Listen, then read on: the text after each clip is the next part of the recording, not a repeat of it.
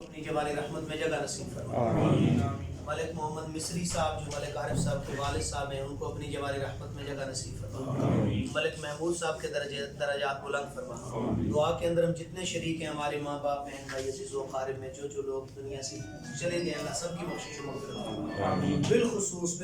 ملک محمد عارف صاحب کو اللہ کریم جو تو نے یہاں تک پہنچایا، ان کا آنے والا ہر قدم مضبوط فرما، آنے والے سارے راستے آسان فرما، سب کو ان کا دست و بازو بن کر اس پورے علاقے کی حقیقی خدمت کرنے کی توفیق عطا فرما، دنیا اور آخرت کی بلائیاں نصیب فرما، راستے سے حائل رکاوٹیں دور فرما،